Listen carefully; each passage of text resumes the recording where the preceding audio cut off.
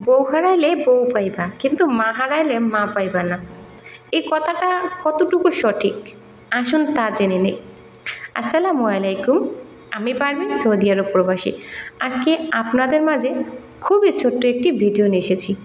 আমি জানি ভিডিওটি আপনাদের কাছে খুবই ভালো লাগবে। ভিডিওটি যদি কারো কাছে ভালো না লাগে তাহলে অবশ্যই ক্ষমার দৃষ্টিতে দেখবেন, আর যদি ভালো লেগে থাকে তাহলে অবশ্যই ফেসবুক কিংবা ইউটিউবে যেখান থেকে আমার ভিডিওটি দেখবেন অবশ্যই আমার চ্যানেলটি সাবস্ক্রাইব করে রাখবেন।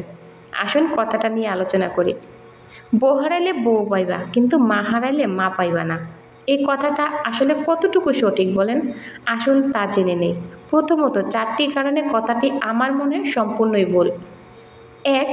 স্ত্রী কলিজার সমতুল্য আর মা হৃদয়ের সমতুল্য। 2.